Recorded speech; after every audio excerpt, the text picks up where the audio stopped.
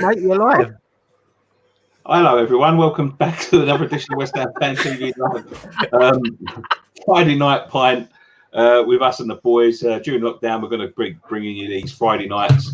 Everyone got a pint? Yeah, got a pint, mate. Well, I ain't got my pint glass. I've got this silly little glass, but I got my cans over here. I like that one, Ben. Is anyone going to ask if I want to flake with that? I guess I'm expecting in comments. There's no top on mine. Look, it was massive, and then it's gone down. It's flat. It's flat. Mine's gone as well. Yeah. Yeah, it is flat. I don't know what's going on with that. How are you all? Good week? Good, Yeah, mate. not bad, mate. Not bad. You? Yeah, it's been all right. Same old, same old. This is the problem, isn't it? In this climate, when you say, "What have you been up to?" It's been indoors, isn't it? I've done something new. Oh, go on, Scott. I've had a day off. Hey, how's that going for you? At me, we won't near the end of that. I had a lie in. I got up at 6, and that was it. I was looking at stuff. I knew something was going to come out. Oh, look, Scott, I had a lie and I woke up at 6.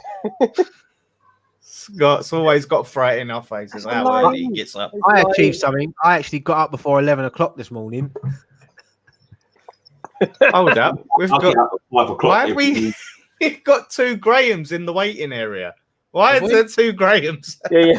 It's one on his phone and one on Put his them both in. Let's have See both what one Grahams. comes in. Gray? Look at this. Hey! We wait. God knows how long for Graham to show up, and we get 2 at once. I know that's the one on. It's grey. Try the other one, right? I add the other one. I can't see the other one. Oh, can't you? Let me see if I can do it. Oh, hang on. Hang on. Hello, Gray. Yeah. Turn it sideways. Hey, can you hear me? Turn your phone sideways. Turn it sideways. No, look. I thought it fell over. Hang on. No, it's not. No. What's going on? That way, How's that? I'm watching. Hey, there you go. That's better. That's it. Great. I'm watching you on. You need to sort your internet, mate. That's terrible. Your 4G is better than your internet. Yeah, but the thing is, I'm watching you on my laptop, but it's weird. I don't know why it's not working on my laptop. What? It's on my laptop. I can see it all on my laptop, but Anyway, welcome back, Graham. Oh, why is there 2 Yes. grams? what's going on? That's evil, Graham. That's evil, Graham. Fucking hell. God, that geezer half look like you, Gray. Evil, Gray. I thought we got David Unsworth on. What Anyway, are we talking cheers. about Cheers, gents. Cheers, Graham. What are you drinking, Graham? Jack Daniels and Coke. Oh, nice. Mm. I'm tonight? on Hello to everyone in the comments. Desperado. San Miguel. Oh, Bit of San Miguel there. holiday beer from Dan. Yeah, well, Ryan sort of made me fancy it last week. He had it last week. What's That's a happening nice- to my camera? That's a nice bedroom you got there, Graham. Hang on.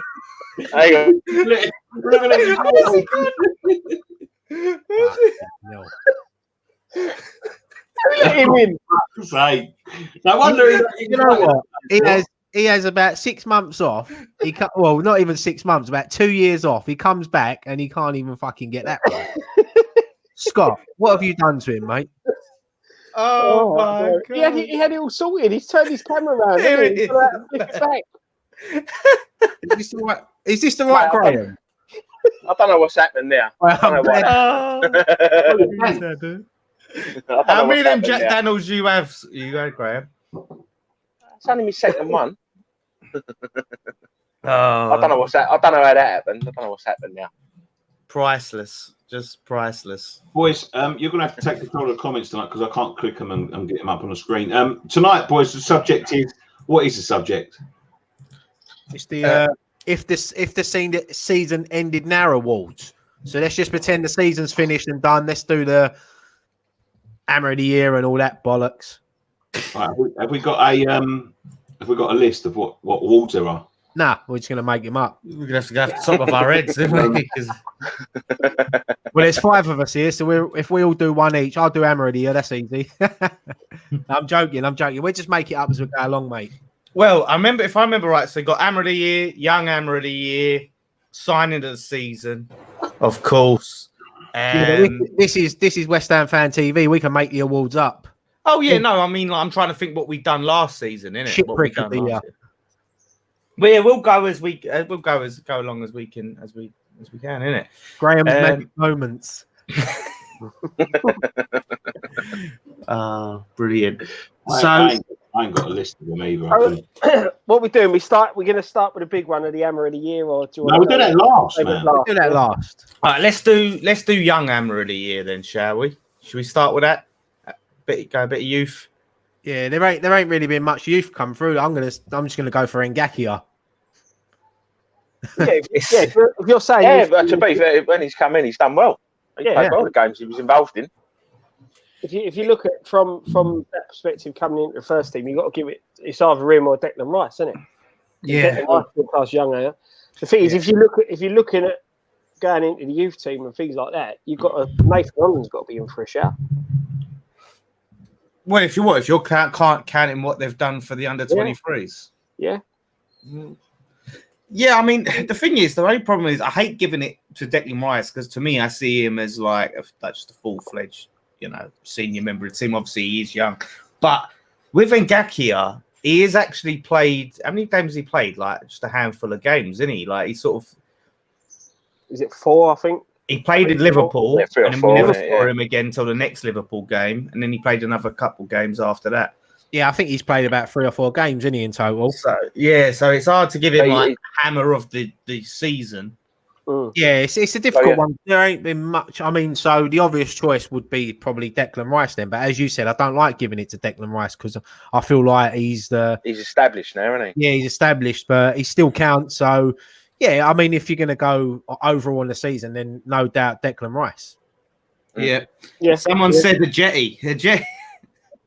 Yeah. What age does it stop at? Does anyone know? Under 23? 23, I think. Yeah.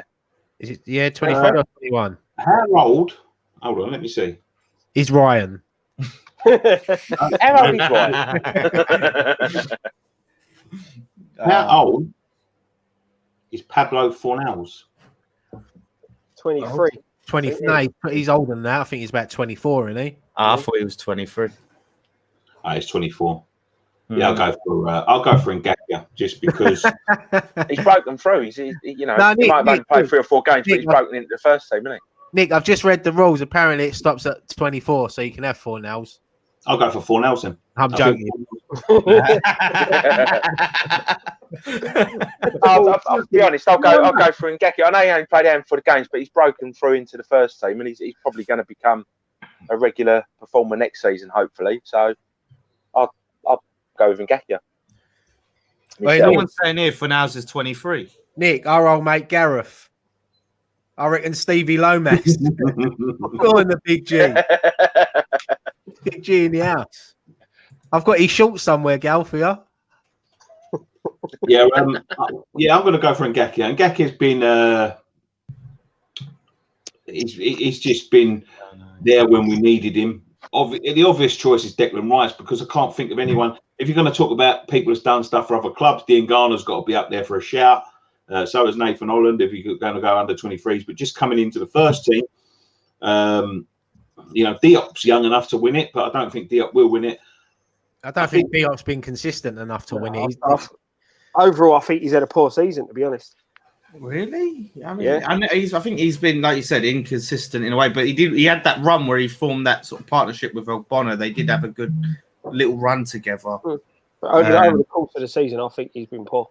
And I feel like he's contributed more to the team over the season than Ngakia. Like if you looked at his contribution over the course of the season, I like Ngakia a lot. I just find it hard for me to give him young hammer of the season after a handful of games. So I'd either go Declan Rice, the easy way out, or I'd just go Diop, even though, like you said, he hasn't maybe set the world alight, but he has had some good performances.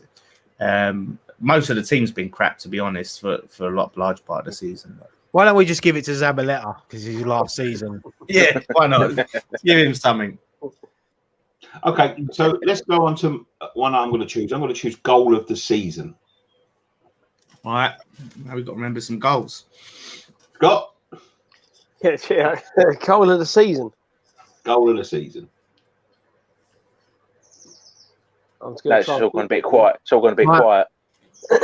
I've got one in mind. If you want me to go, Go on, mate. my goal of the season, one that I enjoyed the most and I thought was a great finish, was Creswell at Chelsea when he cut it back. Yes. Yeah, on his wrong foot. Yeah, wrong foot. You know, great finish, great goal. I'm trying to think. It was a good build up as well to that goal. Yeah, great build It up. was a good build up. Yeah, I'm gonna go for Creswell at Chelsea. Yeah, I think I'd agree with that. Yeah. There's one that pops in mind for me, and that's one against Norwich. You know, when we put like all them passes together, was it Norwich or Watford? I think it was Norwich when it was at home. I'm sure it was at home, wasn't it? Yeah, I'm pretty sure. I wasn't here, so I can't remember what. We put a good goal together against Bournemouth as well, if I remember rightly. There was Yeah, Heller scissor kick. Yeah, that's what I would have gone. Yeah, that was a good. And then, but like I said, I'm sure there was a good goal against Watford as well, like Nicky said. But I'm trying to remember that far back. Or that The one where we put that, I think it was Norwich. I think it was Haller against Norwich when we put about 20 odd passes together. But one I want to mention, which I could give, is this is only one goal of the season, and it's not so much the player that scored it; it's the way the ball comes to him. That was Anderson's goal against Southampton, because Declan Rice hit that 60-yard ball. Oh yeah, when the touch, everything was perfect. The pass, the touch, everything. Yeah, I remember that. Yeah, that was a good goal. That was a good goal. It was like a 60-yard diagonal ball over the top. He got behind his man and he touched it past him, left him. You mean Bournemouth? I can't remember. Whoever he scored. I think that was David Moyes' first game, wasn't it? When we won 4-0. Actually. Yeah, that was it when he played. Was that the one where they played Antonio and Haller together? Yeah. I was going to go on, Greg. I'm going to go Di Canio against Wimbledon. That's about the last time you was on, wasn't it? Probably, yeah. There's a bit of breaking news coming in. Well, it's been half hour. Go on. SPL have voted to end the season. Yeah, I think they will. I think everyone will, mate. I think the next few weeks, I think everyone's going to the Premier League will be the last to announce it, but I think that will be will all just be ended. Yeah, I think it's writings on the wall. Yeah, what about they're holding on to that. What about I mean, Creswell's free kick against Man United? Seems ages ago now. Yeah, that was a good one. It's hard to relate. It's been so funny. 2-0 win. Let's go to the comments. I can't click on the comments. Cheers, Nick. Gonna have to. Someone's gonna have to click on the comments to get some of these up. Oh, who started this? Who started this thing? Ryan. I think you're the host, Ryan. So you have to. Anyone see him? You're the host with the most, right? I can see them, but I can't click them up. I can't click them on the screen. At the moment, they're just. I'll wait. Go on, I'll keep an eye on them. Chris Simpson says 4-0 at Liverpool wasn't bad. Contact Light says, bloody hell, that's a new fella, looks a lot like Graham. Lee Davis says Haller versus Palace at the start of the season. Ray Chapman says Fornals. Sofian Aftab Cresswell versus United. Yeah, there's loads of them. They said it was Bournemouth that they scored a goal. Ray Chapman again says Haller against Haller's goal was the creme de la creme, I would imagine. Crosshammer says Daniel Honorable West Ham metalhead with your trooper glass. There's loads of comments coming up there. Jabaletta versus Gillingham says Philip Di Michele. Haller versus Bournemouth says Dan Michael. Teddy Rickwood says Haller versus Palace at home. Brilliant build up. See, I can show him. Yeah, look, it's working for me. There we go. Oh, yeah, it's just popping up on my phone now. Yeah. About 5 minutes. 5 minutes later. That on all our screens, Gray. Yeah, Graham's on the phone, so he don't get to see it, does he? Gary Paul. So who's your goal of the season? I'm going for Creswell at Chelsea. I'm going for Haller Bournemouth. Scissor. I'm going to go with the one against Bournemouth, the Anderson goal. I'm going for the Hilaire one as well. All right. That's that one sorted then. Gary Page says best WHFT presenter. Graham. Hands down. Graham's cat. It's the only one that ain't pulled anything up this season. I'm switching some lights on. Hold on 1 sec. Oh, hold on. Here we go. Oh, Scott's getting the full kit out. Right, so what should we go next? Should we go signing? Should we go performance of the season? Yeah, performance of the season. What from in the single match? Yeah, just one game that you've. Okay. Got to be Bournemouth. There's not a lot. There's not a lot to choose from. Oh, you mean West Ham, as in West Ham as a team, not as in an individual? Yeah, not the other team against us. Fucking hell, we'll be here all night. Yeah. The thing is, right, you look at, for a win-wise, you got to be looking Bournemouth. Moyes' first game in charge, that was Bournemouth, wasn't it? Yeah. Or the Man United home game for the win. I reckon Chelsea.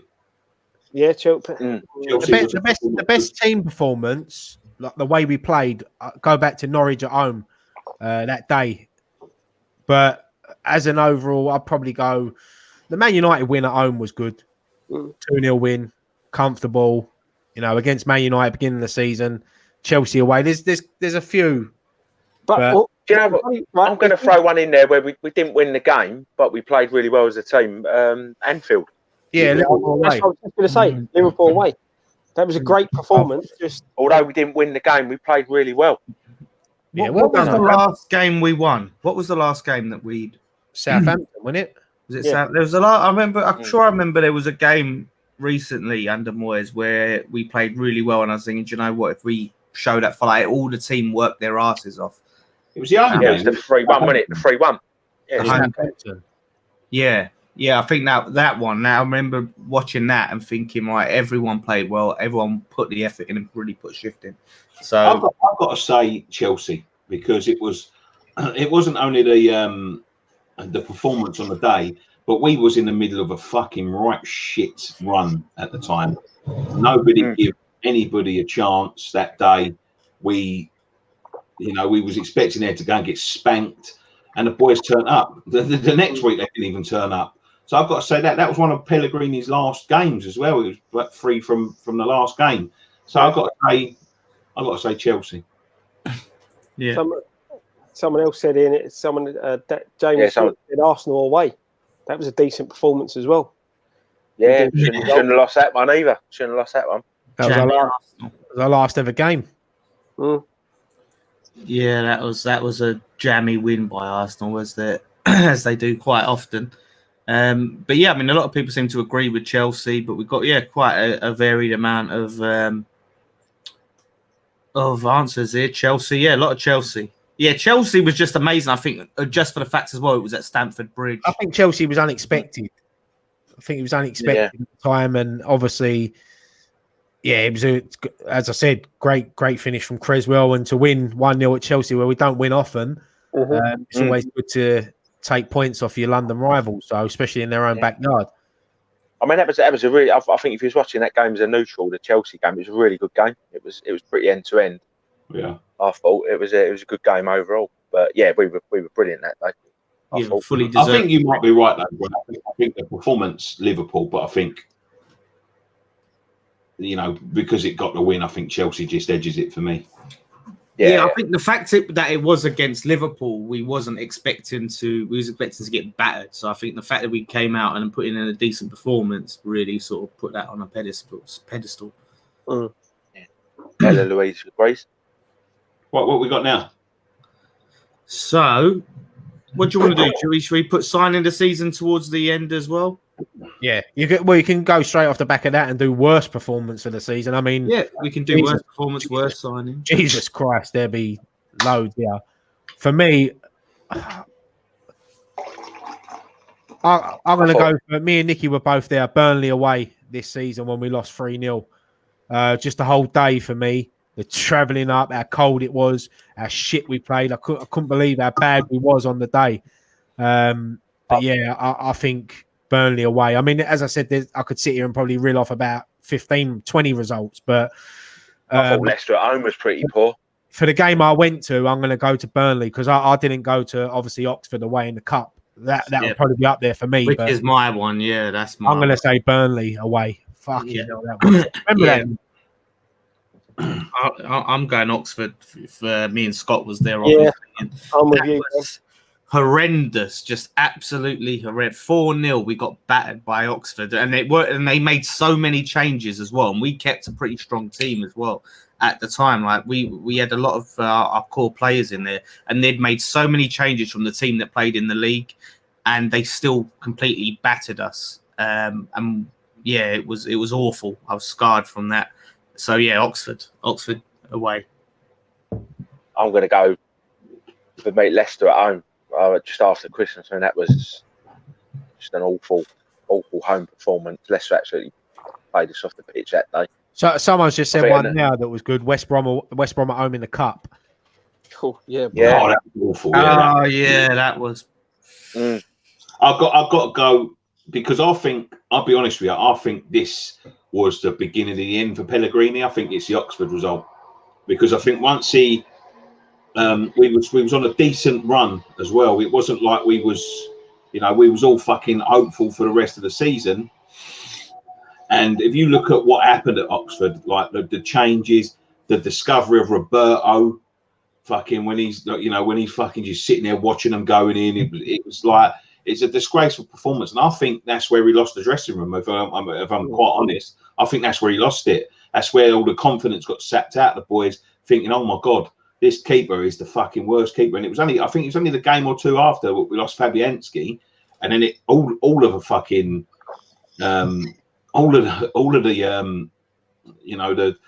the shit hit the fan because it was that sort of realization that you've got to have this geezer in goal. You know, we had Martin, obviously, that they was all saying that he was signed for like training groundkeeper. I've never heard of such a thing, but it was all in rumours, and he just seemed to be adamant that Roberto was his number. Someone's just had a crash outside.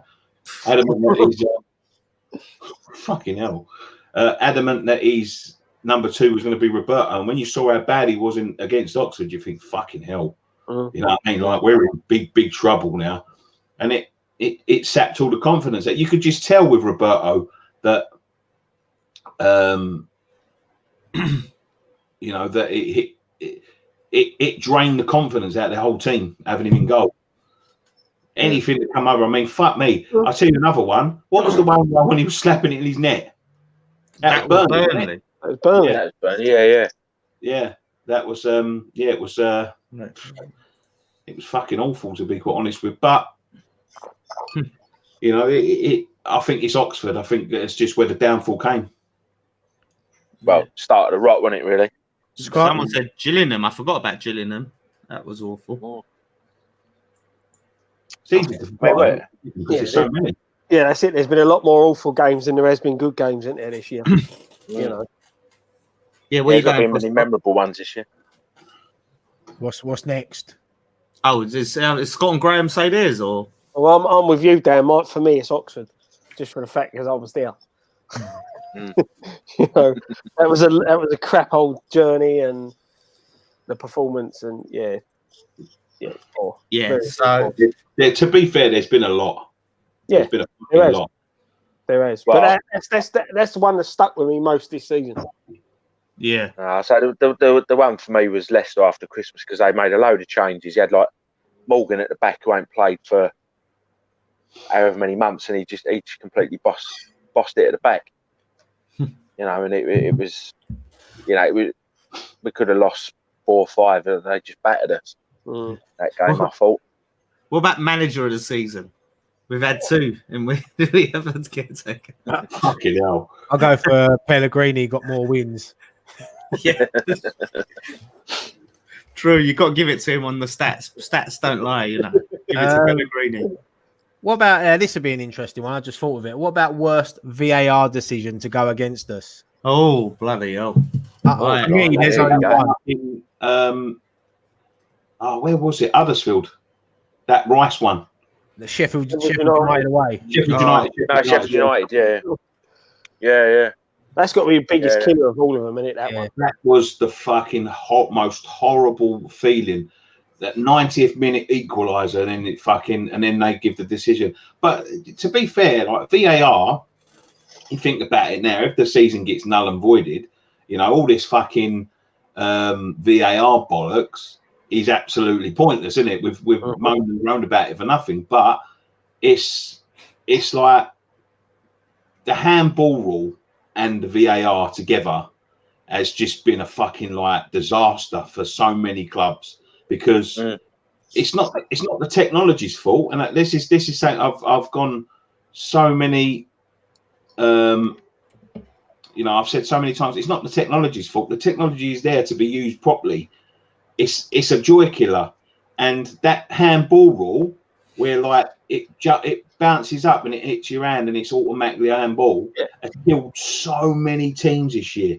Yeah, but to get 90th minute equaliser against Sheffield United of all teams after all the stuff that was going on up there as well, to have it just fucking pulled away from you at the very last minute, I think was a fucking killer. And when you look back at the replays, any football fan in this country would have told you, that's smashed it into his hand from about a yard. Yeah. But that's the ridiculous thing is that VAR works everywhere else in the world apart from in our country because we changed the rules.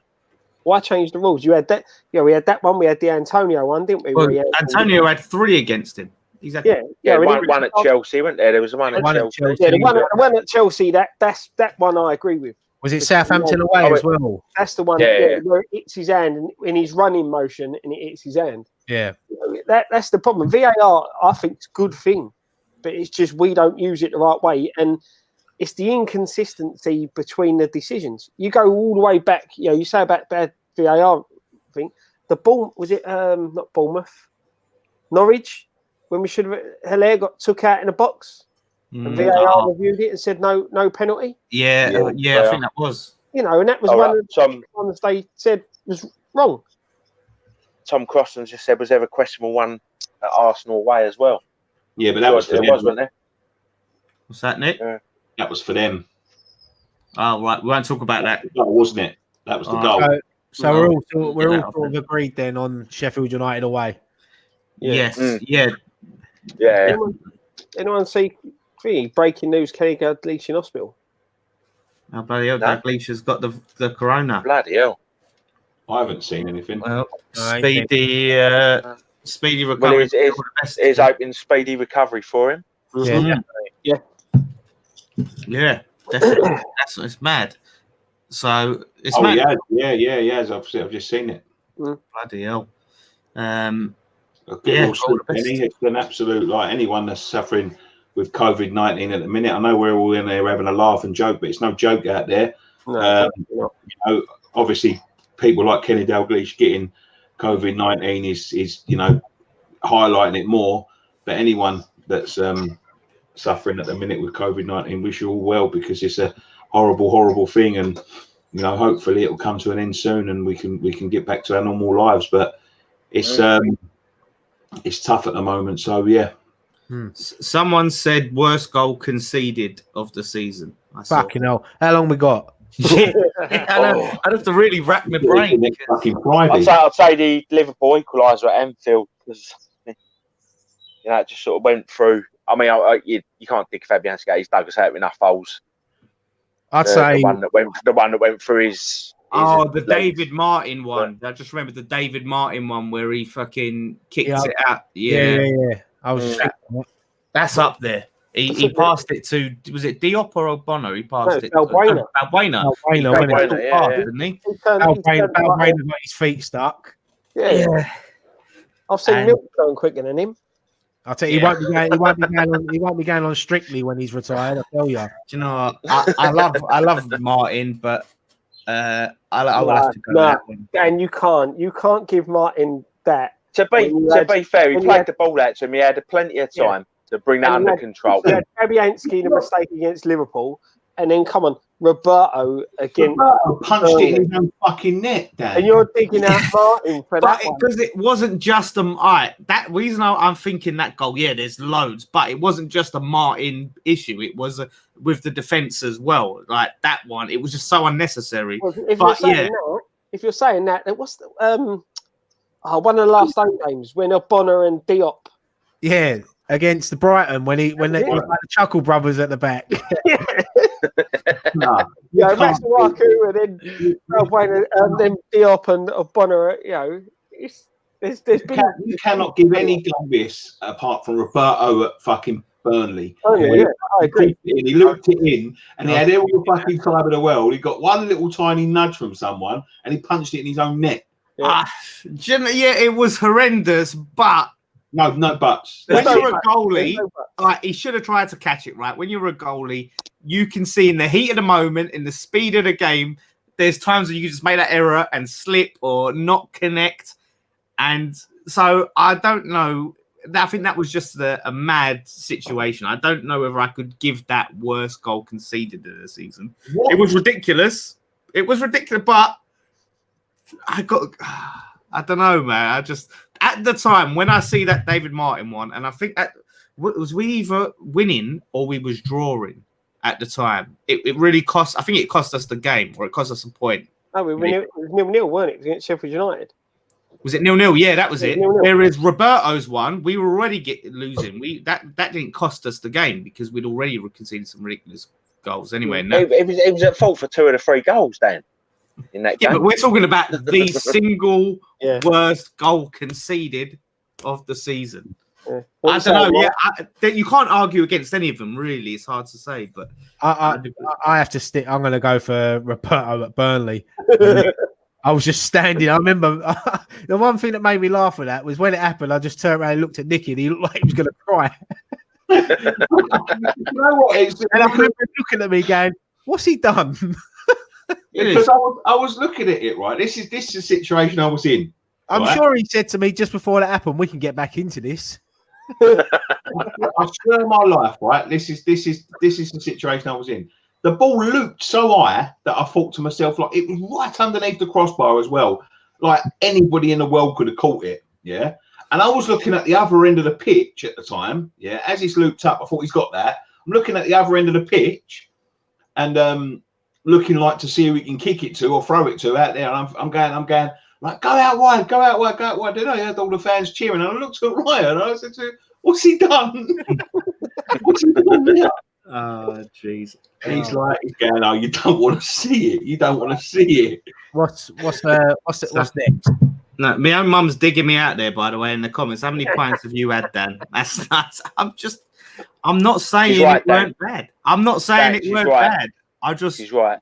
You could, I'm just saying, David Martin. So you, apart from me, I'm the only one who's not saying Roberto at Burnley, just to be that clear. Yeah. Okay. You're the only one, Dan. Yeah, of course, it's got to be different. It'd be boring, innit, if it's all the same. Someone had a good one. Most improved player. Most improved player. Without a shadow of a doubt, compared to last season. Fucking Bonner's been immense. Yeah. I was saying last year, like I thought he'd be. Oh, look, I've said this about so many players in the past, but I was saying like he's been a decent servant, but it's time he moved on now. He's getting a bit long in the tooth for it all, blah blah blah. And this season, although it's been such a shit season, and the old rock Bonner, isn't he? He's rolled back the years, and you normally find out about footballers that they have like 1 or 2 more stellar seasons later on in their career, and he definitely had one this year. The only problem is that everyone else has been absolute fucking dog shit, so it's been sort of in vain. But if you've got to talk about improved players this year, you go no further than Angelo Bonner. Yeah, I think people were harsh on him because you look at him. Yeah, he was playing. I think it was the season prior. He was playing with an injury and then had to cut that season short to go have surgery on that injury. and then I think that had a knock-on effect on him from the following season. So obviously maybe it's taken him a while to get back to speed, and yeah, I mean he's back to his old. Looking like at the beginning of the season to like where we are now, I think Fornals has improved a lot. I think Antonio as well, when he come back from his injury, has been one of our best players. But yeah, I agree with Nicky. I think Ogbona's been brilliant this season. I think every game he gives at least a minimum 8 out of 10. He's made a couple of mistakes, but we haven't had a settled centre-back pairing, have we? It's always been swapped around. So I agree with Ogbonna, but I think Fornals is definitely up there as well. Yeah, I've got to go. I'll go Ogbonna, obviously, like just for what Nicky said. See, See this? Hold on. See this Irons United account? Ban that cunt right now. Ban him. I don't want to see him on our fucking YouTube again. Just ban him out there. Fuck off. What did he do? What's the matter? Where's it gone? It's gone. Yeah, I'll just delete it. He's put something about Dalglish has died of coronavirus. The geezer's an absolute melt. Oh, is that what he said? Why would you say something like that? Yeah, he does it all the time, mate. He says comments about everything. He's a prick, mate. He's a virgin. Go and get laid, you mug. You might have time. No, I agree with the performances from Ogbonna, but when you look improved from the start of the season to now, it's Fornals for me. You know, he come in and didn't really. Well, that's the question. Are we saying improved? When you think when he come in, Fornals started, he had a little trouble finding his feet. The game sort of seemed to pass him by that. But the last sort of 4 or 5 weeks building up to all the season getting suspended, he's one of our best players. Yeah. He found his feet. He was making things tick for us. I think he looked that player that we was watching in the under the under 23 Euros, weren't it? Before the start of the season, you know, or the Cup one, whatever it was. Anyway, he started to look like that player. But you know, that's what I'm looking at. From if you're looking at improving from last season onto this season, then you say Ogbonna. But for me, improving from the start of the season till when the season stops, has got to be Fornals. Okay, I've got one. Graham's going down the shop, isn't he? Just putting the light on. Putting the light on. It's got a bit dark. So this is different. So obviously we're going to get to worst signing of the season, or worst player of the season. Sorry, but this is different. This is most disappointing player in the season. So this is the player that you had really high hopes for this season that would really do well and has fallen short of expectations. For me, that would be Felipe Anderson. I thought after having one season under his belt in the Premier League, this would be the season where he's adapted, he's climatized to the Premier League, and for whatever reason, it just hasn't worked out for him.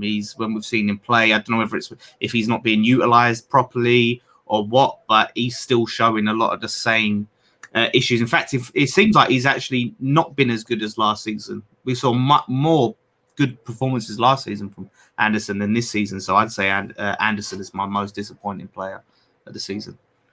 Yeah, I have to agree. Anderson for me as well. I could say Jack Wilshere as well, but you know, with his injuries, disappointing because I thought we might get a little bit out of him this season. But yeah, Felipe Anderson for me. I think he gets a bit of harsh criticism sometimes. But yeah, I think I agree with what Dan said there. I mean, from coming in, having one season in English football under his belt, I thought he would have come in and been a lot better than what he has been this season. But I think that comes down to where we've been so poor as well. I mean, some people could say Sebastian Haller hasn't lived up to his expectations being the big money signing. But once again, he's been up there on his own and things like that. So I don't think we played to his strengths, to be honest. Yeah, Haller's strengths, I'll have to say Felipe Anderson for me. So you could look at it. Could have been our talisman this year, Anderson. Yeah, there's another one. If you guys don't say it, I'll throw it out there. But honestly, if you don't say it. The thing is, there's so many, right? Like you said, Wilshere, you got Anderson, Lanzini's one as well. Yeah, that's the one. Lanzini, Masuaku. He started the season all right and went completely downhill. You know, he's another one. Who else was I going to say? Because he's gone out of my head. Yarmolenko was poor when he come back. I know he come back. Dave, how's it going, Dave? Yes, Big Dave. Big Dave. And not scored enough of what we paid for him. Yeah. Balbaina's performances have been quite bad this season as well. Diop. There's a long list of players. You've got to pick the player that you're most disappointed in, Scott. Can we just say the starting 11? I get the Anderson thing because when you look at how we were starting this season and the things we were looking forward to, he was one of the. You thought he'd kick on from the end of last season, and he's not. The thing is with Anderson, it's frustrating because we know how good he can be. That's the frustrating thing. I feel like Nicky's going to come out with one from left field. I feel like he's sitting there and he's poised. I'm be honest with you. I'm thinking about Anderson as well. I'll be honest with you. I would have said Haller, but I don't think the blame. We haven't used him in the right way. No, I don't think it lays with him. We bought him as a certain sort of player, and we've tried to absolutely fucking play him a different way, and I don't think it suits him. He's got this sort of laid back sort of, luxury player feel about him. And I think that when you look back at when he was playing in Germany, I think what sort of player you're buying. He's a great chance creator. He's a great front man when he's got people around him. For me this season, how many games did we play? 29? There was about 24 of them. He didn't have anyone around him. So, and the 5 that he did, he played well and scored goals. So I'm going to have to say Anderson. It's just the fact that, when you look at Anderson as a player, and like I went over to Italy a couple of years ago before we signed Anderson, like that summer when we signed him, and they said on his day he's a world beater, he can't be touched.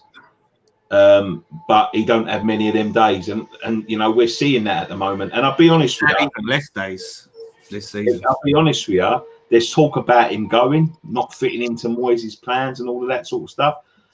If we can get someone a bit more industrious than him, even if he's a little less talented, but he's willing to put in a shift like a 7 or 8 out of 10 week in, week out, I would sell him and get the money for him and invest it elsewhere, because I just don't think he's another one of them people that I don't think has enough good games. For the money we paid for him and the wages he's on, I don't think he does enough.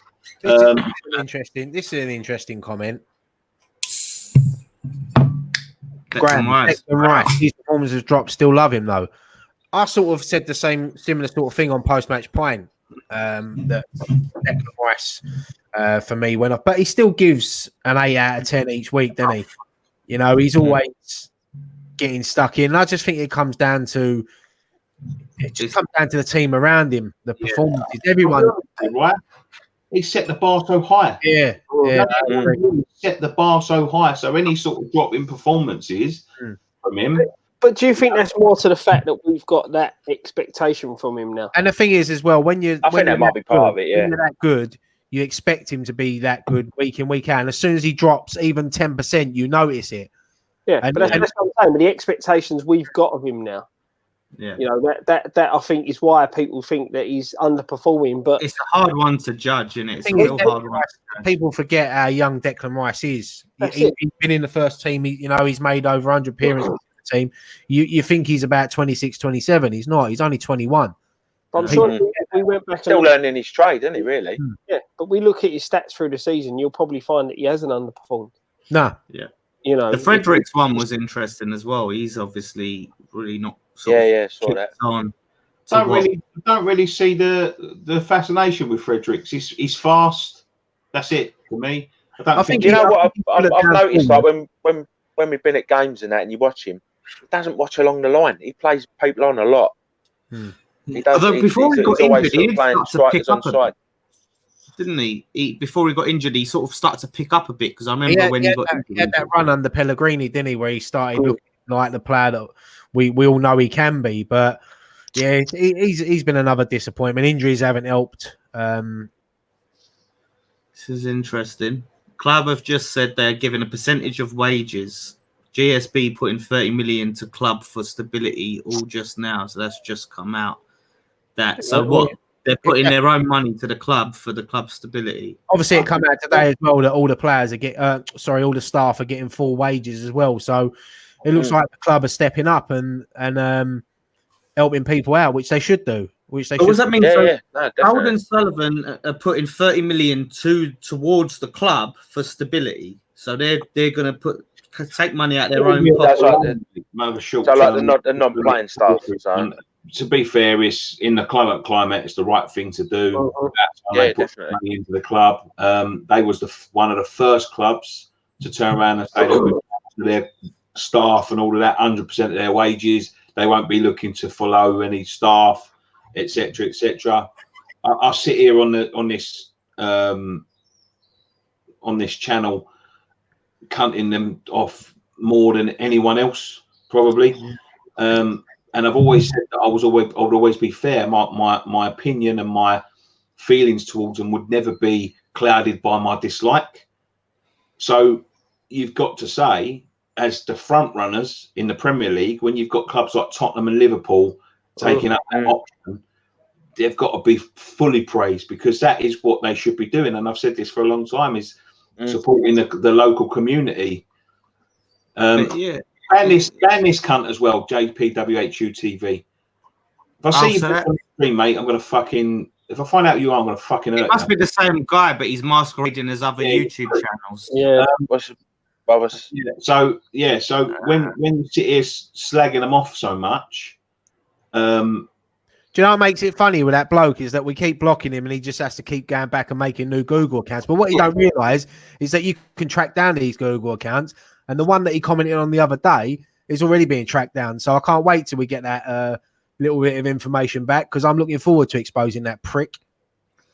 Do you know what?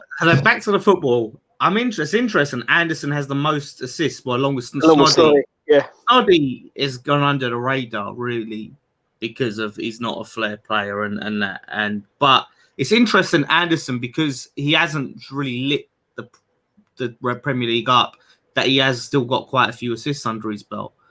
But I guess he hasn't chipped him so much goals. But it's interesting when you look at the stats. No, I think Snoddy, when assists and goals together, his own goals and assists have contributed more goal contributions. To anyone else this season. I'll be honest, Snodgrass for me is probably the underrated player of the season, maybe.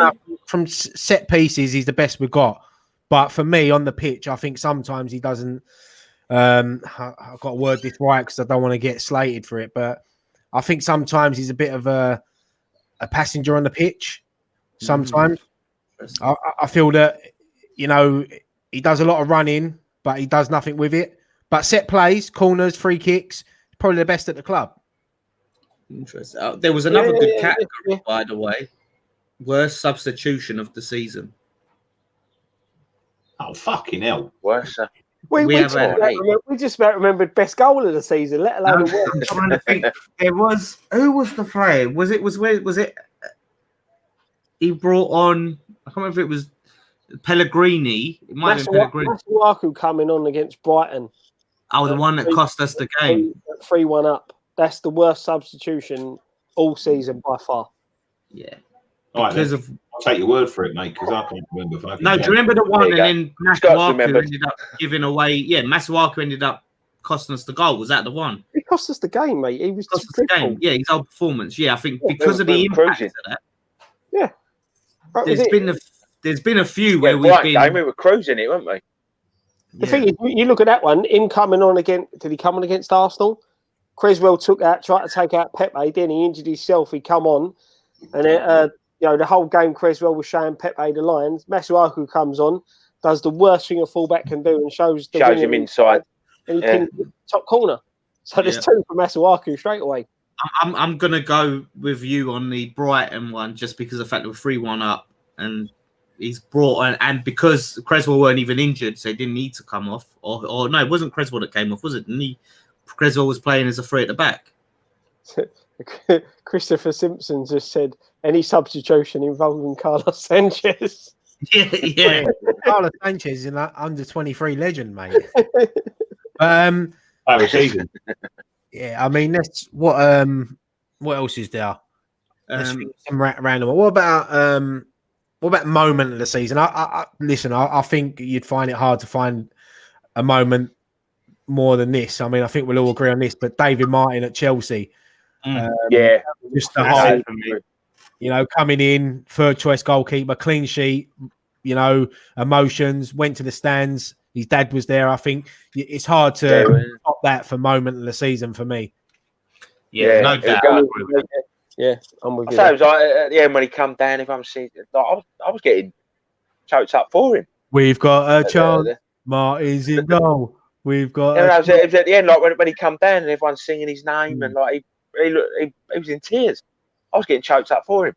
You talk brilliant. Like I say, and his old man being there as well. Let's be honest, you right? know, it was a geezer who he's about, what's he now, 32, 33? 33 years old. 32. He's a bit of a he's a bit of a lower league player. He's played in the lower leagues all his life. You know, when you look at who his dad is, he's definitely going to be some massive fucking West Ham fan. He's going to be huge. He's going to be always connected to the club. He's playing for Millwall. You know, he's probably dreamed about playing for West Ham in his younger life, and then he's made it as a professional. You get to 30 years old, he's probably thinking, oh, my chance is gone now. I'm never going to get to play for him. And then you start in a game where you beat one of your biggest rivals. You know what I love about it as well? He hadn't won for 17 years. Whatever he does, like in football, or for the rest of his life, he'll never forget that moment. Never forget that moment. No one can ever take that moment away from him. I played for my boyhood club, clean sheet, win. And the whole thing with his dad, you know, going to the stands, and Alvin was there, and it's an unbelievable moment. And I think that'll be the amount of pressure that was on him going into that game as well. Yeah.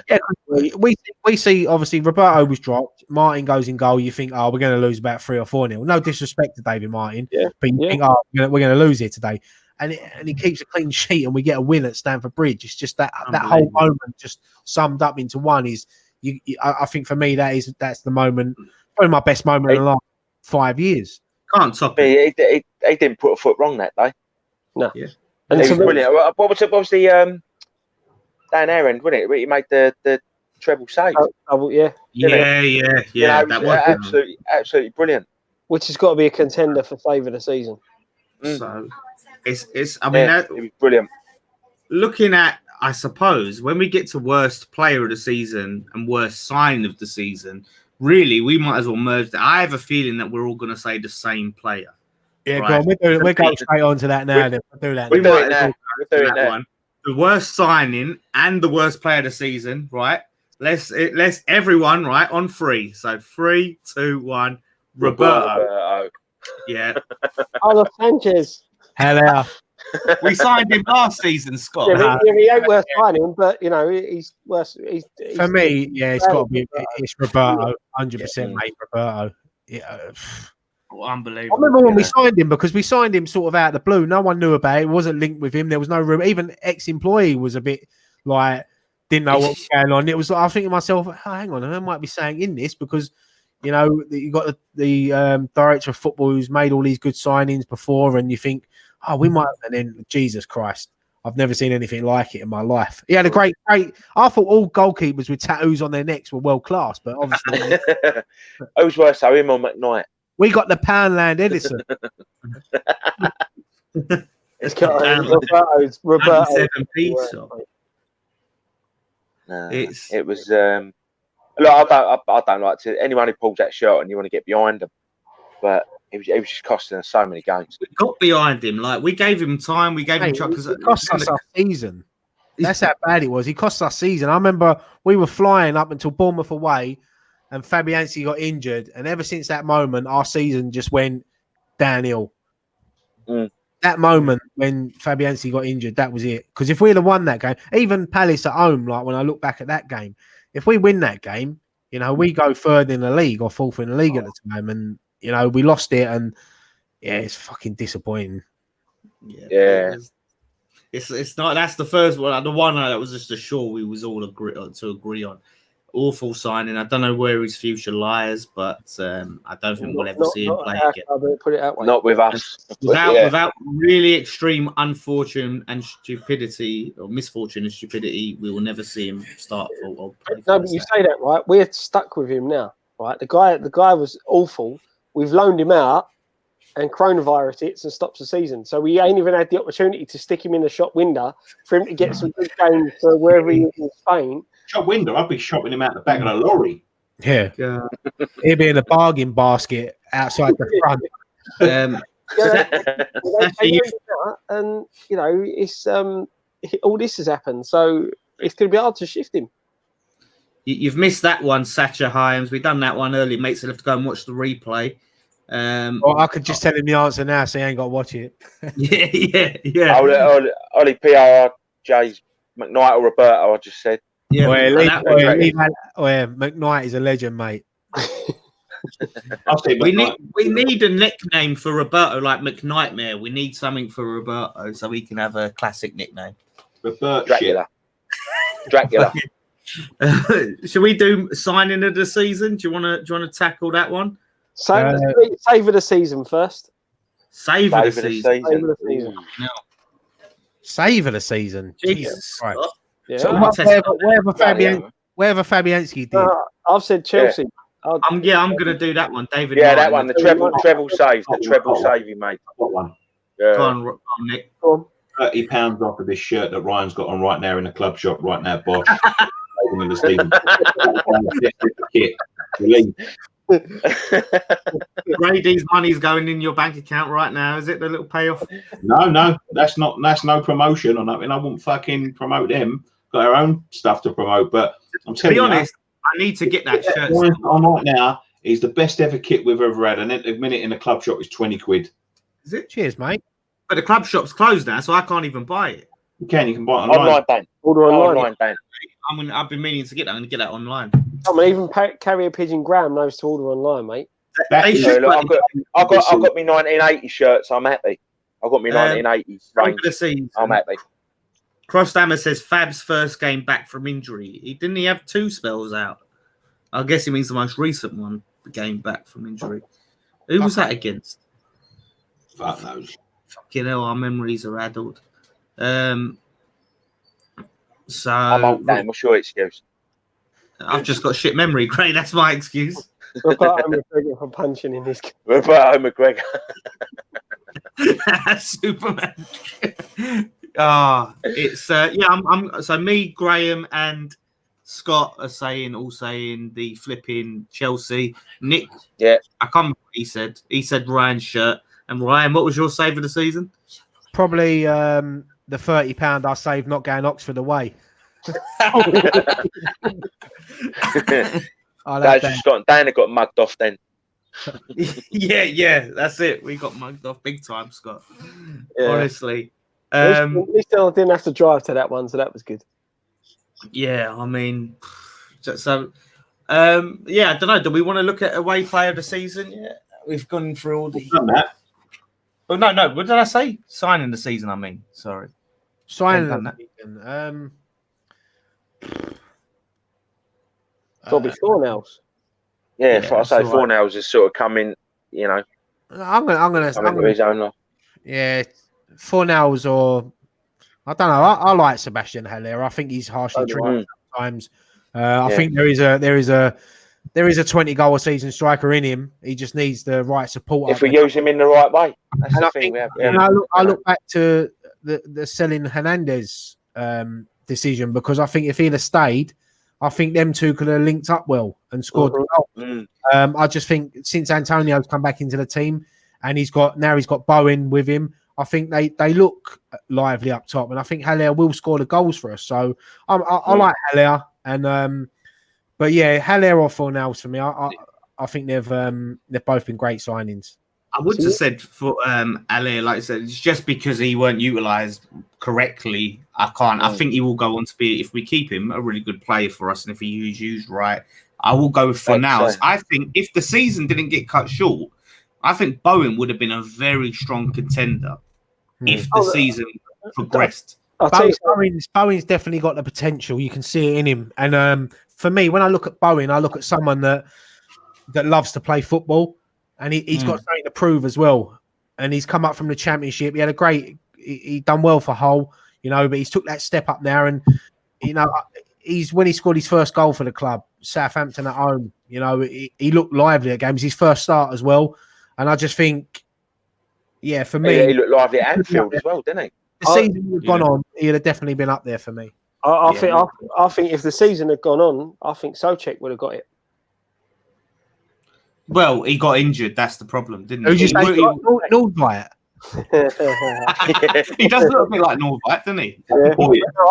I think he would have been a contender if the season had carried on and we got to the end and he'd stayed fit after coming back from the injury. No, joking aside, though, I agree with Scott. Souček looks a good player, and he's definitely looked one that, you know, if we go into next season and we do sign him, I think it'd be a great signing for the team. And I think it'd just give that balance to midfield, and as I said, it'd allow someone like Declan Rice just to move forward with a bit more and play a bit more forward than what he does. Do you know what? You could also say David Martin, because it gave us an alternative to Roberto when he was absolutely awful. So that's another shout to me when fucking Fabianski was injured. Nick? Do you have one? I think Fornals.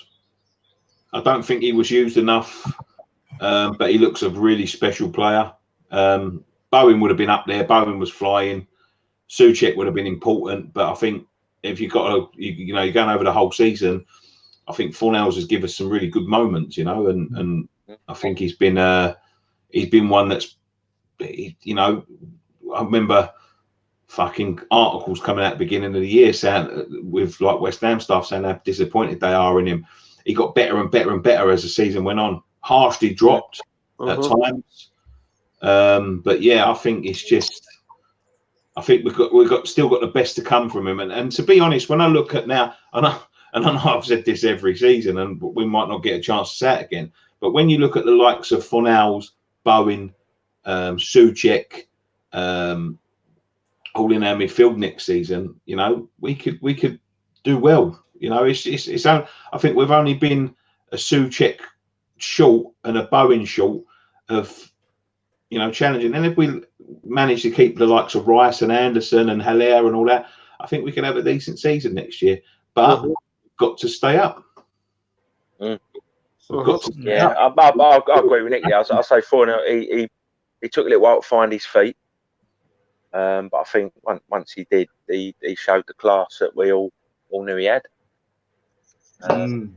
So I think next season, I think he could have a very good season. Well, on the back of that, Graham, someone's got a suggestion, and I'll reword this slightly. Someone says player to watch next season, or player that you're most excited for next season. For me, yeah, I'd say Bowen. I'm really excited to see Bowen. More Yeah, of him. I think we're going to see a lot more of him. I think really excited to see him next season, whenever that may be.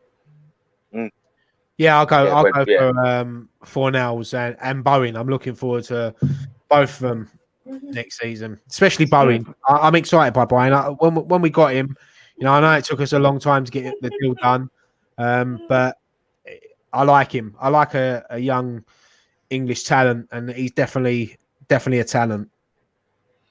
Nice. Yeah, I think he's going to be very good for us. What was the question? The player that you're most excited to see next season. Bowen. Scott. Yeah, right. Haller with some support up top. I want to see. Yeah, it's just that question mark in it of how he's going to be. Is he going to be played properly? You know, but it's if we keep him. If I'd like to see that player in our club. You know, with the correct system behind him to see what he can actually do. We've seen patches of it this season, but for me, having the players to utilise his strengths, I'm looking forward to seeing that. Yeah, see, we always seem to try and cram players into a system rather than fitting the system around the players. So I think once we can sort of come up with a system that's going to get the best out of all the players there, I think we'll do all right next year. Should we do the big boy? Should we move on to the big one, Hammer of the Year? Yeah. And then we'll take a few comments. And Hammer of the Year. So it's going to be interesting. Scott? There's only one person for me, Hammer of the Year, and it's the Sanchez. Ogg. Has to be Angelo. One or hands down. Yeah. I think he's been fantastic this year. I think. Agree. Agree, 100%. Yep. Ogbonna, like we've all. In fact, we were saying that halfway through the season that there's a good chance that he'll go on to be the Hammer of the Year. Like I think it's like having the Ogbonna we signed, like the original. You know, the first season he was with us. That season he was with us. Yeah, it was great. So Ogbonna. Oh, it looks like you're sort of conflicted, right? Yeah. Do you know what? I'm going to go for Ogbonna, but Declan Rice is very close for me. I think Declan Rice has had a good season, you know, but Ogbonna just nicks it for me. I think it'd be very close between them two. If either one of them were named Hammer of the Year, I'll be happy. Well, my close second alternative is Snodgrass, right? Because I know you said sometimes, you know, because he's not the most skillful, right, he can look like a passenger, but I feel like the games that he's played, he's worked his ass off. He's sort of really shown what we love to see West Ham players in a player when they come on. Even if they're not the best, he worked his ass off. And like Scott said earlier, the most goal contributions. So if you take away Ogbonna, Roberto Snodgrass. I think if he was called Roberto Snodgrass, he might get more ratings. But Robert Snodgrass. How many beers you had, Dan? This is Nick, just a quick one. Where is it? I mean, for me, like with Ogbonna, just because of the season he had last year. Nick, videos. You'll have to learn how to cook first. Nicky fancies. Nick, do you fancy whipping up an omelette for the channel? Yeah, why not? Great So Nicky does a nice chicken baguette. I tell you what, he makes a nice. When I've been around Nicky's, he done me like when we was doing on the social. He done me a chicken baguette. It was lovely. He makes a nice WrestleMania cake. Hey, do you know what? Right, you joke about you don't get this fat by not being a good cook, do you? So, I'm not a bad cook. The only thing is, I would do something like that, but not on West Ham Fan TV. And the other thing is, my kitchen really ain't big enough for that sort of thing. I've only got like a smallest sort of kitchen, and I ain't got like the cameras and the fucking like the room to put the cameras and all that. But yeah, you know, if I was in another environment, I'd do some sort of cooking. But it's a nice Master Chef, Nick. Going Master Chef. Greetings from Greece to all Hammers out there. Stay home, be safe, and let's meet strong and healthy to celebrate with our team when this nightmare ends. Cheers, mate. Beautiful. There's Leonidas. I would think of that. Yeah. Stay safe, mate. So it's and that's the awards over. I enjoyed that. I really enjoyed that. I thought that was good. Like we'll have another one if the season does end, but this is end of if it's ended now sort of thing. Someone had a really good question. It was a good topic for like the next Friday Night Pint, and I've bloody forgotten it. Like I've relied on my memory to file that away. I think we should all just sit here and watch Nicky cook. It was Elias Brown. Nice omelette. Hi, I'm Nicky. Welcome to my kitchen. It was Elias Brown, Elisa Brown had a really good one, and I can't scroll that high up. I'll have to go back and watch it, and that I thought would be a good topic. If they're still watching, post it again. I'll remember what it was now. This could be for next Friday, right? It was keep or sell for next season. So what players do you want to keep? Who should we sell? And what players do you want to see coming in next Friday Night Pint? Keep Fabianski and Noble, sell the rest. Spoiler alert. Yeah. Well, thanks for that. Yeah. No, I think Alyssa. I think it's Alyssa. I think that's a good one. If we can't, yeah, I think that'd be good for next week. But I enjoyed it, lads. Any more questions? It's been a very good show. Yeah, let's open it up to the. If you got any. Dan Smith says, "Will we win any cups in the next 4 years?" We ain't won for 40 years, Scott. So no. I'll say who knows. Yeah, who knows? It depends. I mean, we went very close the other year in the bowling season, FA Cup quarter final. Who knows if we'd have got past Man U in that replay, I think we'd have won that. Yeah, we'd have gone on. We'd have played Everton at Wembley. So who knows? Hello, Auntie Lisa. By the way, you're watching. West Ham players prefer wages as David Moyes and Karen Brady take pay cut.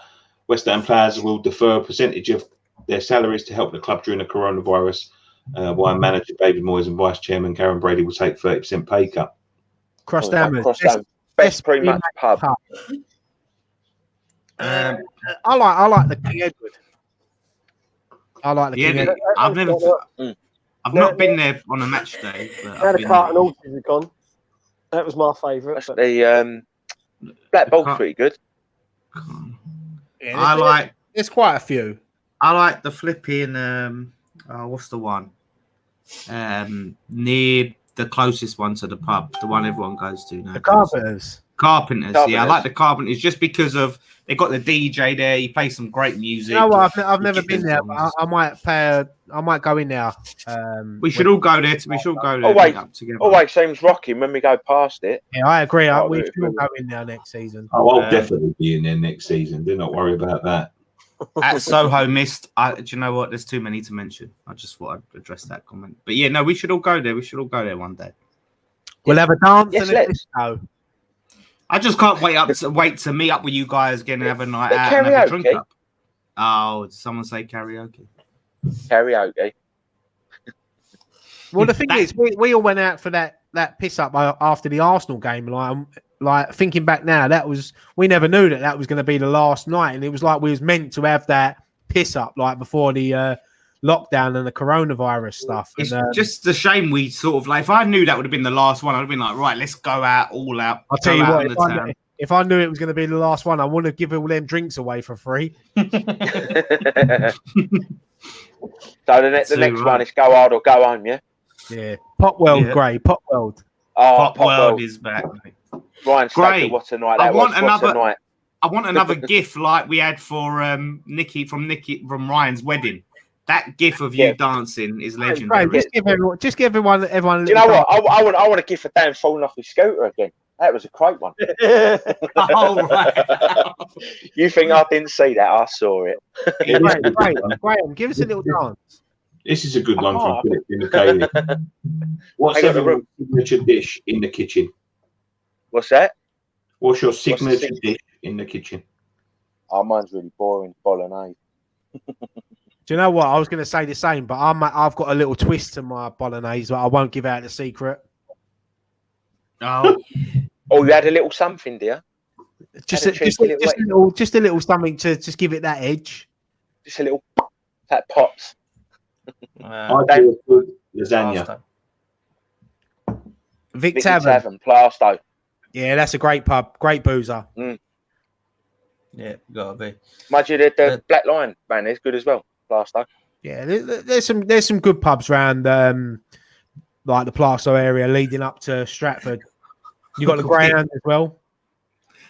Uncle Pete always thinks it's his last piss up when he goes to West Ham. That's because my aunt always tells him, "Get back in. Will you come back indoors?"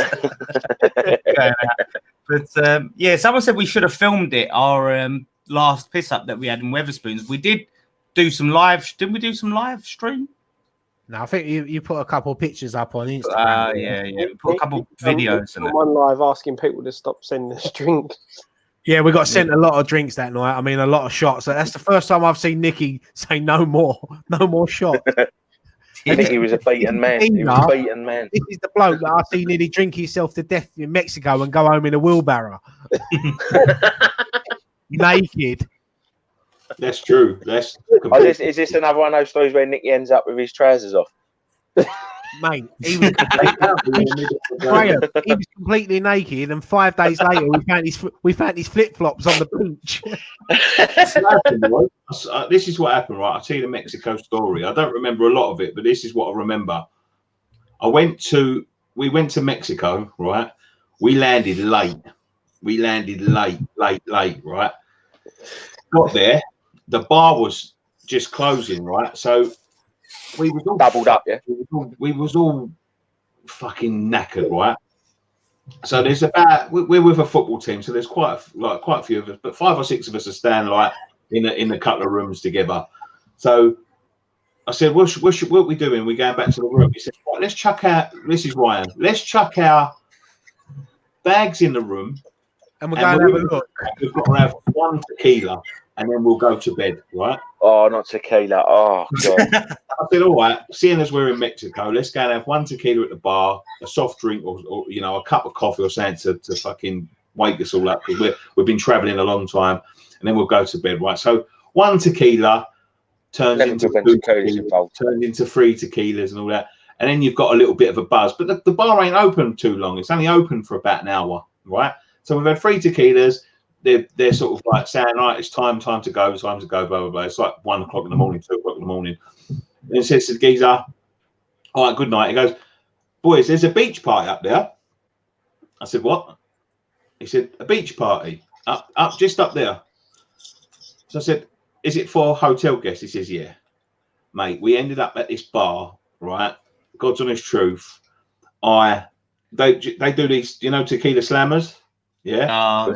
I ended up banging some of them. I puked up over the bar. I had some reason I got a cigar and I was smoking it, and I was so drunk that I got the lit end, went to put it in my mouth and put it on my face. Got back to the room, right? I passed out on the bars. Apparently I was being sick. Nick. What? Let's have it right. Weren't you dancing on the beach and then I'll give you a spear out of nowhere? Yeah. That all happened. I can't really remember. I'd love to see that. They had to take me home, right? I was so drunk. I was being sick on the bar, slamming my hands in it. They had to take me home in a sack barrel, and I don't remember it, right? So the next thing I know, I wakes up, some scousers waking me up. What's going on, mate? Hello, mate. What's going on? Let's have it right. He woke you up while he was trying to nick your wallet. To be fair, he was a really nice guy, right? So I wakes up and I'm on the beach back where we was, but I'm like sleep on the table, but I'm completely naked. And your pants are by me. Sorry about that, mate. Right? Oh, I need brain bleach. So I've got my pants on, right? And he's going to me, where'd you live, mate? And I'm, when you're in that state where you can't even talk. Canning Town, mate. How much home? No, but he's going, where you staying, mate? Where's your hotel room, mate? I'm in a state where I can't even talk to him, but I don't know because we've just got there, and I'm miles away, and I ain't been back to the room. So we're walking around all of this thingy, but took me to the reception, found me, and so what happened was, what I found out the next day was, right, they took me home on a sack barrow, yeah. Took me back, was like getting me undressed to get me in bed, and I've sort of like had a second wind and started like going halt. I do this sometimes, going halt and fucking going, well, I'll get off me. I've run back to the beach to see if the naked, but I'm in naked. Great. I don't know what I've done, but I've took my pants off at some point. He went from Paul Gascoigne to Bamba Gascoigne within 10 Bloody hell. Dan Smith, we've all been there. He's right. We have. He's got a lot of these stories. Love the profile picture, by the way. Lenny McLean, legend. I'll tell you what, the only thing I'll say is if you go on a night out with Nicky, don't stand next to him because something's going to happen. It'll happen to Nicky and you don't want to be next to him. Even that, or you end up let's no, right. When this is all over, let's have another one of them sessions. Next like Nicky. I'll tell you the story of when I kicked a midget. Oh, fuck's sake. I've heard this one. Fuck's sake. Tune in next week for the kicking midget story. Nicky? I've half caught the sun. So, listen, lads, I've got to go and take a piss and then do another live stream. So, good to know, Dan. Cheers, mate. I'll be back. Listen, I'll be back next week. We might do that one unless we come up with any other ideas, but we might do that keep or sell situation. But Graham, it was a joy to see you again, mate. And pleasure to see you, Dan. It's been a while. When this is all over, we've got to go on holiday together. I think that's what we've got to do. I'm thinking a weekend away somewhere. Well, I think we should all go away. Not involving Nicky getting naked because I ain't carrying him back to the fucking. I ain't going then. I ain't going. All right. I'll see you guys soon, yeah? Ciao, Dan. Dan. Cheers, mate. Right. Are we finishing up now anyway? Yeah, I'll give it another 5-10 minutes. All right. So what's next? I don't know. Well, I thought you was going to tell us a story, Nick. Yeah, you can tell us a story about a midget. I was going to say next week. You sound like a right laugh. You sound Matt like Powell, he's a right laugh when he's drunk, but you don't want to be near him. Right. So when I first started the job with Graham that I've just made redundant from, we used to have to do a lot of travelling. Fucking screw you. On trains. Oh, mate, this is a corker, absolute corker. Yeah. I'm at Plaistow Station, and look, I'm not trying to insult anyone or anything like this when I'm saying this, right? I'm not trying to be sort of controversial and all that, but I'm sitting at Plaistow Station waiting for a train to go out to Westminster or somewhere like that, right? And there's a couple of kids behind me, and I'm not too old myself. I think I was about 24, 25 at the time. So I'm sitting behind me, and I can hear a couple of what I can only describe as chavs behind me, talking behind me. Like I'm waiting one side of the station, they're waiting the other side of the station. Blah, blah. Oh. And all of a sudden, I felt something hit me on the back of the head, right? And these two, like this geezer's turning around, and I can see him like chuckling and all that. And I just thought, you know what, just leave it. And another one, and another one, and another one. They just kept going. Then there's a fucking a bunch of them come over, right? So I'm just sitting there. I'm just trying to do my work, trying to ignore them. I can hear them laughing behind me. I know who it is, right? So the next one that comes over hits me in the ear, and it's got like a fucking massive blob of mayonnaise on it, and it's gone all over my fucking ear, all over my coat, and all of that sort of thing. So I turns round, right, and I'm turning round as the fucking train's coming in, yeah, as their train's coming in. So I turns around and I see some big, tall, lanky geezer, must be 8 stone wet, right? And a midget with a bag of chips, with a chicken and chips box, eating chicken and chips, right? So I said, did you just throw them at me? He went, nah. And as he turned around, I could tell he did because they're laughing to each other. As he turned around to get on the train, I kicked him, right? In the arse, but his mate's on the train. I kicked him in the arse. And you know what, when you kick a pigeon, and like I don't know whether you've ever kicked a pigeon by accident, but they're not really heavy. They look heavier than they are, and they just go flying. Well, this geezer has gone fucking flying head first into the doors across the way, right? Like because I've obviously got a bit of power in my legs at the time, and I fucking like a push, bottom of the sole. He's gone flying head first. Not clean out, fucking laying on the floor and all that. His mate's trying to get off, and the train doors have shut, and he's fucking banging on the door. I'll get you, you cunt. I'll get you, you cunt. And like, that was the last I ever see of him. A midget went flying. It was like, honestly, it was like kicking a pigeon. I fucking like. You know what? Great. I did. He said it was a midget. It was a 5-year-old. out with his mum. Bully. Hey Nick, how about this for a classic? Watched an old PMP earlier today. Think it was United away in the cup when Nick and Ryan were going there about Schweinsteiger's goal. Well, funny enough, I'm putting a video together in a minute, reacting to old PMP. To be fair, I've watched it back and I hold my hands up now, and I've got to admit, I still don't think it was.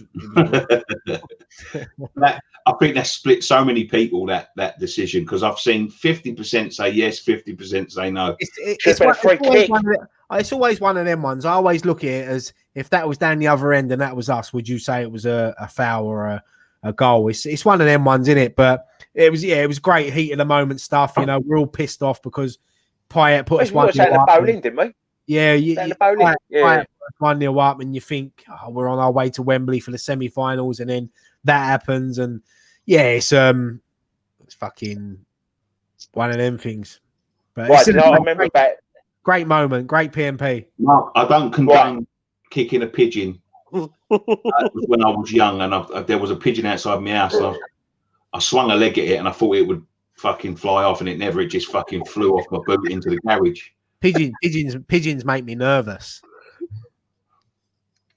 Right. Never lose his temper. Why that cup run? You know. Find out.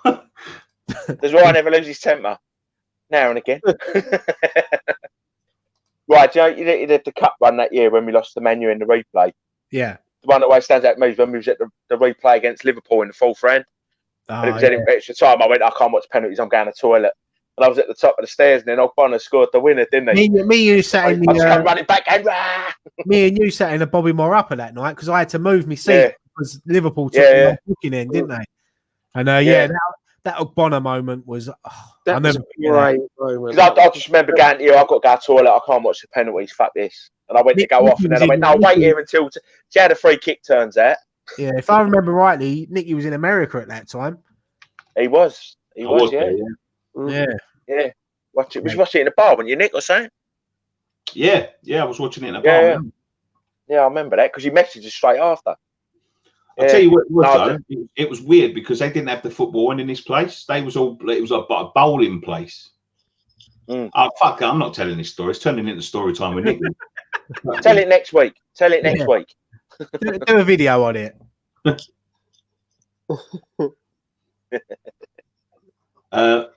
Let me just get this up before we start to finish up now. Frissa Pertoma says, for everything, please pray for Indonesia because today mounting Krakatau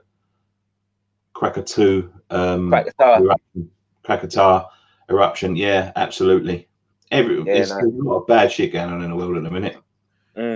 Ryan, did you ever watch that video on YouTube? You front of West Spurs. The thing is, with that Spurs video, right? No. I'm going to say, right, the geezer that edited that video edited wrong because, like, there's a picture of me going, oh yeah, all day. We beat them 1-0. I was holding my hands up saying 1-0. We'll beat you all day long, right? But the geezer edited like I was offering them all out. Listen, I don't like Spurs fans, and Spurs fans probably don't like me. But that was a funny video. But the way it looked like I was some fucking hooligan propaganda for it. But I weren't. I was just saying to them 1-0. And if you actually watch that video back, if it's still on YouTube, you see me put my hand up and go 1-0 like that. So, but yeah, it was a great video. And anything over Spurs is great. Great night that was. Last ever game at the bowling against Spurs, and we won. Get it. Is that it? Is that it? Yeah, I think that's it, mate. Unless you got anything else you want to talk, another story or. No, I ain't got any more stories at the minute. I've got fucking loads of stories. If I start getting into them, and then I start remembering them. I think most stories every week when we finish, we should finish with a story from Nicky. Yeah, I think that could be. What's the story, Nick and Nori? Wouldn't you like to know? Great, you coming back next week then? This is really, if you let up. Well, if you'll have me, yeah. Alan Beach, NHS. Look, what can you say about the NHS? It's unbelievable.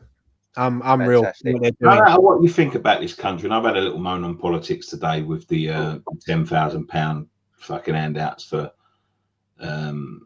these politicians. No matter what you say about this country, the greatest thing about this country is the NHS. Without the NHS, a lot of us would be absolutely screwed. It's absolutely it's one of the things that puts our country up there. The only thing about the NHS is I don't think they get fair enough pay. I don't think they get paid well enough when you see what other people get paid for other jobs and stuff like that. I've had jobs that are very low paid jobs that are more than NHS staff. But it's what makes our country a great country is the fact. The thing is, what they do is what I know they don't get paid enough, and I agree they don't. But what they do is priceless for this country. They treat anyone that is in this country, they treat for free. You can, and it's unreal. You look at some countries, America being one. You could sit outside an hospital dying, and unless you pay, they won't save you. They won't help you. This country, anyone who needs their help, and NHS will treat anyone who needs their help. Anyone who needs treating, they will treat regardless. That's the thing. They're the real heroes, and not only them, all the key workers, police and firemen, and they risk their lives every day, and they are underpaid. And hopefully after this, they might start looking at it and maybe helping them out a bit more. Hopefully, mate. I know for 100% fact. I've had to go to hospital abroad. I've had an accident abroad, and trust me when I say this. I was there, mate, with you. It costs a fucking lot of money very, very poor treatment. Like the treatment that we get in this country, I think is second to none. We've got some of the best doctors and nurses and stuff like that. Listen, I paid over $7,000 to have 2 casts on my legs and an injection. Do you remember what made it worse though? We were going to the hospital in the ambulance. Yeah. To another hospital, and we had to pay for the ambulance to take you to the private hospital. Yeah, they you know, I got in an ambulance. You know, I'm busted up. I've had a big accident in the sea.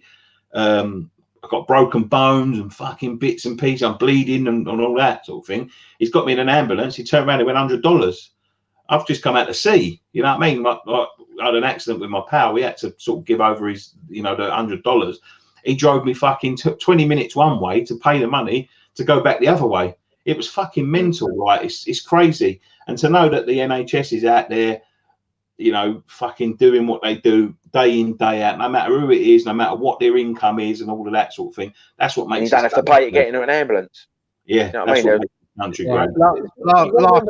They were putting their lives no, go on, mate. Sorry. I said they were putting their lives at risk, to try and treat people and make people better.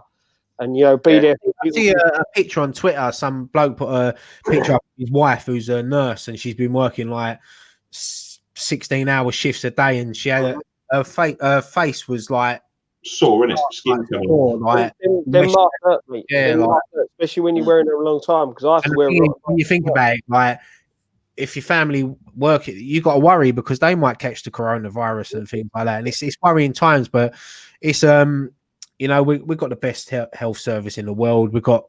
Listen, we're a small island, but we are one of the best countries in the world. No matter what you think of us, we are. And hats off to the NHS and everyone, the police, the army, the firemen, and everyone. Even like down to the supermarket workers that are keeping this country going at the minute, mate. Like, they're putting it. My mum works in the supermarket. Do you know one thing I've noticed though in this whole, I'll try to get out every day for either a bike ride or just a walk, and I've noticed that people are so polite. Like everyone says morning to you and smiles at you, but why does it take something like this for people to happen? Why can't it just be like that every day? That's the thing. But I think once we get through this, I think, I'm doing every couple of nights we do a family quiz on that house party app. Me and my family, like we do a quiz, and we'd never have done that. But this coronavirus, it brings everyone together, and once we get through this, there's a lot of, it's sad, but there's a lot of positives to take out of this at the moment. Yeah, exactly, mate. Exactly. It does seem to be bringing unfortunately, at the same time, you're also seeing the worst in some people. Yeah, exactly. Well. You said you're bringing people together in different ways that you didn't before, but like you said, Gray, you're seeing the worst in some people, and the fact that you've got people going to hospital who are sadly dying, and their loved ones can't be with them when it's happening, and that's heartbreaking to think. Like we've all got elderly relatives, got younger relatives and things like that, and not being there at their final moments, that's got to be a killer for some people. Well, when you look at, I think this is where is it? Oh, where's it gone? I think this is a great comment, and this, when it hits the fan, we stand up, and that's all. Like you've always noticed that about our country. When times are tough, even before we were born, you hear about things. We always come together, and that's the great thing about this country. We are, we've got that spirit. And we come together, and even like on a Thursday night when everyone's out clapping for the NHS, even where I live, the whole street was out, banging pots and pans, and it's crazy. It's crazy, but it just shows we all come together. It don't matter what religion, race, whoever you are, you all come together to support, because this is where we live. This is our country. That's it. It is. Yeah. Thank you very much for joining us on this edition of West Ham Fan TV Live and Uncut. Thank you to all the boys, including Dan that fucked off early again, for joining us. Thank you to everyone in the comments for giving us subjects, getting involved. It really means the world to us. We are running a Patreon. That'll be in a link in the description down below. If you want more exclusive content, discounts on our stores and all that sort of thing. Post-match pint glasses, they're still available. There's not many left now. And for the people that have bought them, they are being posted out, but there may be a little bit of a delay. So don't worry, we haven't forgotten you. We haven't fucked off and run away with your money. They are getting sent out, but obviously at the moment with the situation, it's a little bit difficult. And there'll be a little compliment slip in there as well for you. So something for you to read. Yeah, thank you very much, guys, for joining us. One thing I have to say, fellas. Come on, you irons. I can only do one hand because I'm holding the phone with my other. COYI.